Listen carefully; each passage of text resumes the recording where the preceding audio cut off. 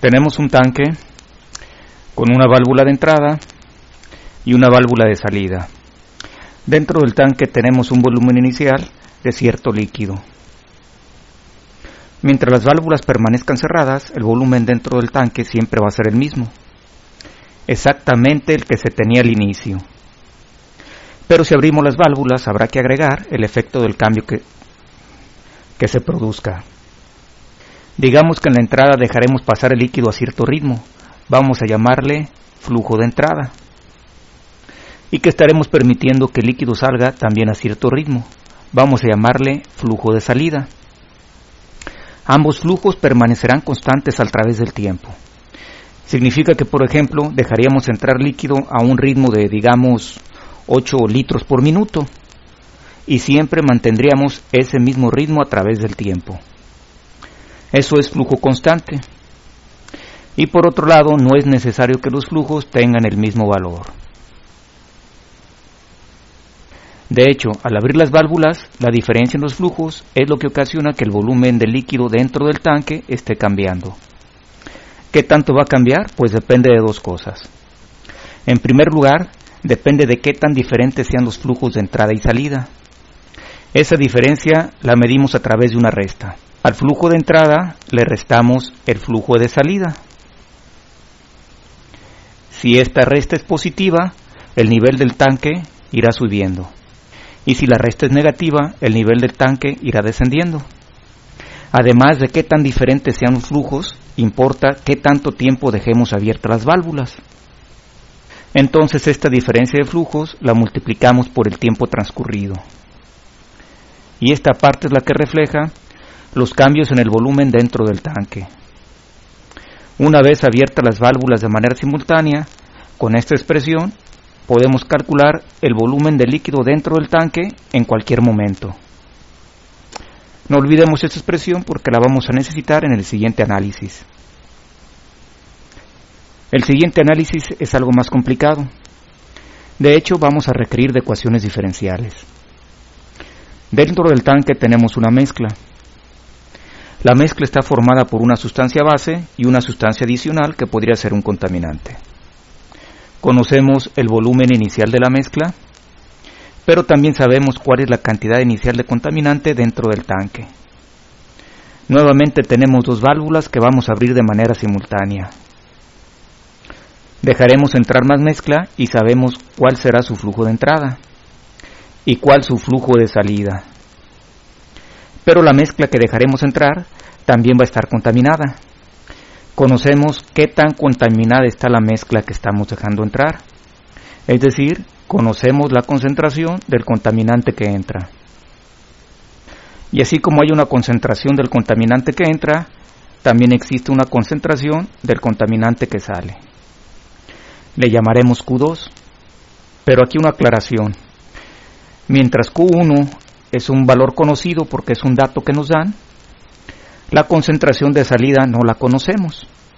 Solo sabemos que la mezcla que estamos dejando salir está tan contaminada como la mezcla que hay en el interior, puesto que proviene de adentro del tanque. Dado el planteamiento que estamos haciendo, es obvio que no solo va a cambiar el volumen de líquido dentro del tanque, también va a cambiar la cantidad de contaminante dentro del tanque. De hecho, ese es nuestro problema. Queremos medir la cantidad de contaminante dentro del tanque en cualquier momento. Antes de comenzar con el análisis, te presento una lista de todos los parámetros y variables involucradas. Tenemos el volumen inicial dentro del tanque. Es el volumen inicial de la mezcla. Tenemos el volumen de la mezcla en cualquier otro momento. La cantidad de contaminante dentro del tanque en cualquier instante. El flujo de entrada de la mezcla y la concentración del contaminante que entra. El flujo de salida de la mezcla y la concentración del contaminante que sale. He puesto en color blanco las constantes, los datos que se conocen. Y en color naranja las cantidades que cambian a través del tiempo, las variables. Y recordemos que en particular nos interesa medir esta, la cantidad de contaminante dentro del tanque. Bueno, es claro que una vez abiertas las válvulas, la cantidad de contaminante dentro del tanque va a estar cambiando. Los cambios en cada instante del contaminante se debe a que existe una diferencia entre la rapidez con que entra el contaminante al tanque y la rapidez con la que lo estamos dejando salir. Aquí lo tienes en palabras. Los cambios instantáneos del contaminante se deben a que hay una diferencia entre la razón con que entra y la razón con que sale del tanque. Este planteamiento es correcto, pero no nos sirve de mucho. Hay que expresarlo en términos de los parámetros y las variables involucradas. Fíjate bien, los cambios instantáneos del contaminante a través del tiempo son iguales a la razón de entrada menos la razón de salida. La razón de entrada depende del producto de la multiplicación de dos cantidades, de qué tan rápido estamos dejando entrar la mezcla y de qué tan contaminada está esa mezcla. De igual manera, la razón de salida depende del producto de dos cantidades, qué tan rápido estamos dejando salir la mezcla y qué tan contaminada está la mezcla que sale. Esta expresión es correcta, pero seguimos teniendo un problema con ella. Las literales en color naranja son variables. Tenemos entonces 3 variables en total. Demasiadas variables. Solo podemos tener un máximo de 2 variables, el tiempo y otra variable. Sabemos que la concentración de salida es igual a la concentración dentro del tanque, y esta a su vez la podemos calcular dividiendo la cantidad de contaminante entre el volumen total dentro del tanque. Entonces nuestra ecuación diferencial ahora se escribe así. Seguimos teniendo el mismo problema. Hay 3 variables involucradas. Aún sobra una. Recordemos que ya sabemos cómo medir el volumen dentro del tanque en cualquier momento. Esta es la fórmula de la que hablamos hace un momento.